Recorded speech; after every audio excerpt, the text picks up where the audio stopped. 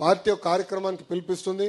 సుపరిపాలనలో తొలి అడుగు అనే విషయం పైన ఆల్రెడీ ప్రభుత్వ కార్యక్రమం ఉంది. అంతేకాకుండా పార్టీ కూడా బాధ్యత తీసుకుని కుటుంబ సాధికార సారథులు, cluster unit booth compulsory door to door తిరగాలి. మన పార్టీ టెక్నాలజీ అంటే బాగా ఇష్టం. కారణం ఏంటి, పాదయాత్రలో చాలా మంది నన్ను 2 విషయాలు అడిగారు. మొదటిది, అన్నా కష్టపడేవాడికి ఫోటోలు దిగేవాడికి సమానంగా చూస్తే ఎట్లా, నిజమైన కష్టపడిన కార్యకర్తలు మీరు గుర్తించండి అని నన్ను కోరారు.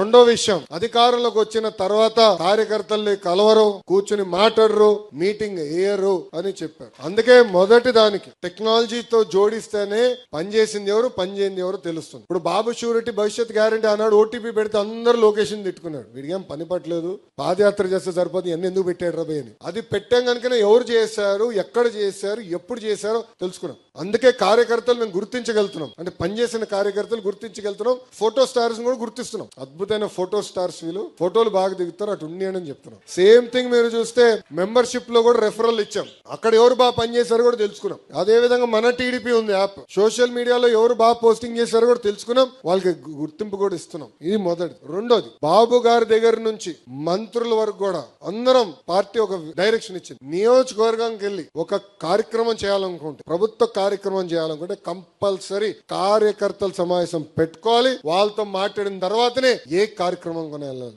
అందుకే మీరు చూస్తే బాబు గారు వచ్చినా కూడా కార్యకర్తలు మీటింగ్ పెడుతున్నారు. నేను ఈ రోజు వచ్చింది దేనికి, మన కృష్ణా యూనివర్సిటీలో కాన్వకేషన్ అంటే పిల్లలకి సర్టిఫికేట్ ఇవ్వాలి. కరెక్ట్ గా ఎంతసేపు పడుతుంది, వచ్చేదానికి 1 గంటన్నర 2 గంటల మీటింగ్ వెళ్ళిపోవచ్చు. నేను వద్దని బయలుదేరి వచ్చి ఉత్తమ కార్యకర్తలు కలిసా, మిమ్మల్ని కలిసా, దాని తర్వాతనే వెళ్ళి ఈ రోజు ప్రభుత్వ కార్యక్రమం నేను చేస్తున్నా. ఈ 2 కోరింది కార్యకర్తలు, చేసి చూపించింది తెలుగుదేశం పార్టీ.